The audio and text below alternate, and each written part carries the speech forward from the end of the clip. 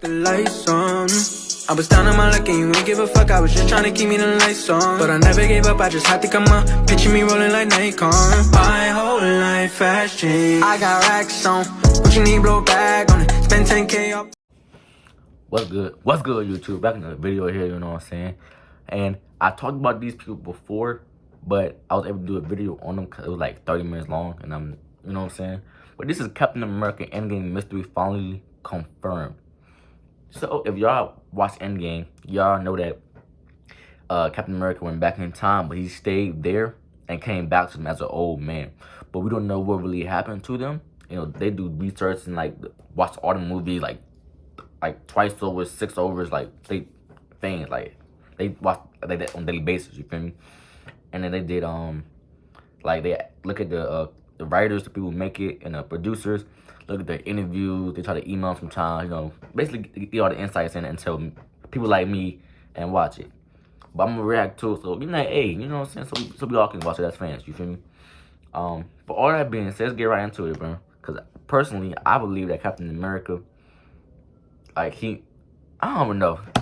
I'll tell you after the video what I think. I'm Eric Voss, and Loki just solved one of the MCU's biggest mysteries since Avengers Endgame, the question of where and when exactly old Steve Rogers came from. And if the reason we haven't seen him since is that the TVA pruned him in the middle of feeding ducks. Go on, get in there, Captain America.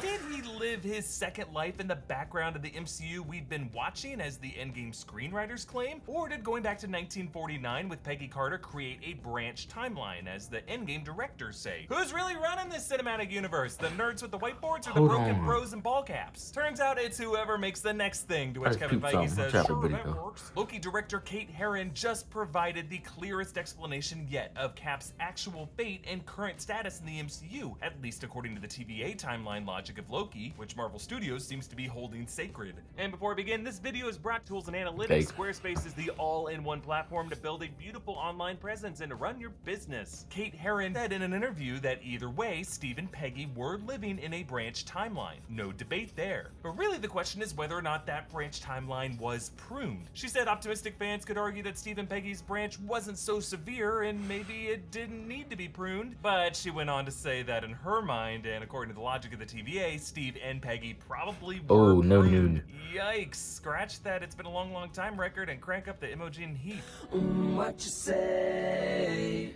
That you only been with. Thankfully, we can finally dispel with that weird interpretation that old Cap could have been hiding in the background of the Infinity Saga, letting every historical tragedy happen, including his best friend being tortured for decades by Hydra. No, Steve did create a new branch history from 1949 onward in which he could have saved Bucky and alter the timeline however he wanted. But now, according to Herron, that also would make Steve a variant targeted for pruning. And we did speculate on this earlier in the season, like in episode 1, in the background of the TVA, a hunter escorts a variant who looks a lot like Peggy Carter. Interestingly, when she was asked about this directly, Kate Herron refused to debunk it and deliberately left the door open for more conversation about possible prune variant Peggy. But wait, variant Steve couldn't have been pruned, right? Because he showed up as an old man to hand off that shield to Sam Wilson. His survival means the TVA must not have caught him, and his wedding ring means he must have had at least some time with Peggy Carter, at least for the two of them to rush to a pawn shop and a wedding chapel before the TVA dragged her away screaming, "Oh, Steven, I do." I mean, I could definitely see that as a reason old Steve didn't want to go into it. You want to tell me about her? No, I don't think I will.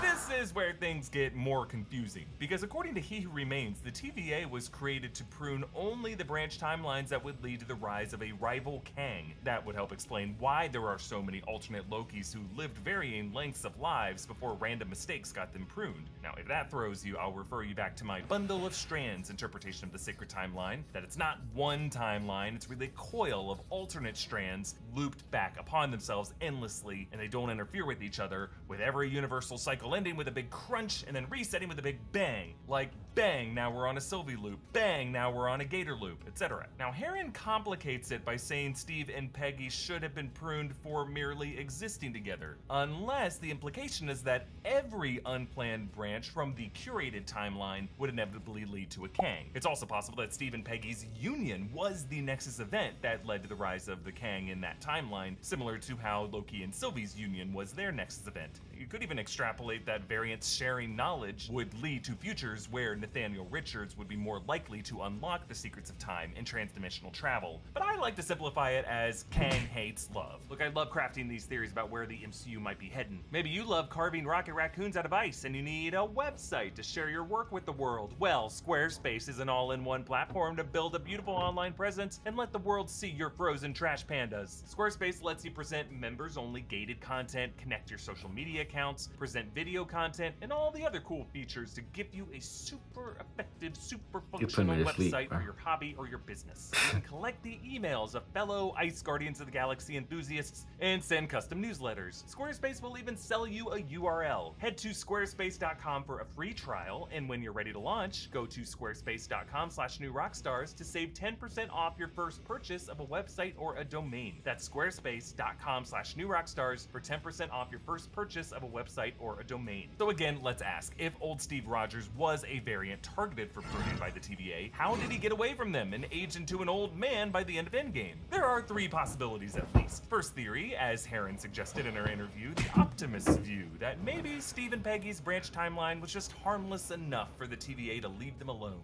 Nah, I don't think so. This organization's a bunch of dirtbags. If they can prune little kids, newlyweds are not off limits. And I think Heron's response to that variant Peggy Carter question suggests the TVA did not actually leave them alone. So on to our second theory. Steve and Peggy found a legal loophole. Now, it's possible they were arrested, but somewhere in their legal proceedings, they managed to appeal to a higher authority that ruled that Steve represented a crucial anomaly that earned him a special immunity from the TVA. We know from The Void that the Living Tribunal exists in the MCU. Now, I know it looks like its head has been severed here, so how much authority could it really have over the TVA? But actually, I'm pretty sure this is a statue of the Living Tribunal. So really what might have gotten pruned here was a timeline where the Tribunal's rule was just more public and domineering, because why else does one have a statue of oneself? And He Who Remains needs the Living Tribunal to exercise more judicial restraint. Either way, Steve could argue that him going that extra mile to patch the sacred timeline with each of the Infinity Stones really earned him a get-out-of-jail-free card. Ultimately, I do think it makes a lot of sense for Steve to have had some correspondence That is with the TVA, true. because a time door is just the cleanest explanation for how he could show up by the lake in Endgame from another timeline. But if all of this is going down in our head canons, I want to live in a multiverse where Cap faced off against the TVA. So, theory 3, Steve and Peggy were TVA fugitives who built their own TVA. This explanation would initially mirror Loki and Sylvie's journey in Loki Season 1, like two variants who slipped in and out of TVA custody, but managed to get enough alone time by fighting their way out and hiding near apocalyptic events. But in Steve Rogers' case, instead of letting those apocalyptic events happen, don't you think he and Peggy would try to intervene to save lives? Perhaps these two spent their alternate history fighting to save as many people as possible from each of those apocalypses, and by doing so, becoming a whole different kind of frustration for the TVA for thwarting what was dictated in their script. So imagine this history where Steve and Peggy strive to right as many historical wrongs as they could, not only freeing Bucky, but also freeing Isaiah Bradley, the widows of the Red Room, helping the victims of Sokovia, the victims of Thanos. What we're talking about is really the origins of the Captain Britain Corps, a heroic multiversal organization that would be untouchable by the TVA, but one that refuses to let history always end in death and despair. What do you think variant old Steve did in his alternate life? Personally, where is I he feel like now? Support New Rockstars by checking out our it might be new merch options timeline at for sure, of course. Follow me on Because Instagram and we Twitter spent at time with Boss. Peggy. Follow and subscribe to New Rockstars. So Peggy doesn't go, you know, if y'all seen Agent Carter, she doesn't do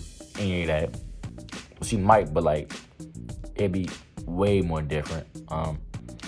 Captain America, how would he do the Avengers? He's dead. Because that was 70 years after that. Isaiah Bradley, you know, he's still alive. But like, who wants an old man fighting your battle? Man, he probably get a little tired, getting a little tired. He might die quicker. You know? He's old. You feel me? So, and Bucky, if he say Bucky be dead. But I don't think Bucky died, because Bucky died. He wouldn't be that. He wouldn't be there in the original timeline. But even so, that could mean that Captain America started a new timeline that branched off, and he came back to this timeline through the TVA. Maybe use a time stone to get there. Yeah. Well, we'll find out, probably next season of Loki or next Avengers. So all that being said, y'all make sure y'all like, comment, subscribe for my videos. See you next video. Peace.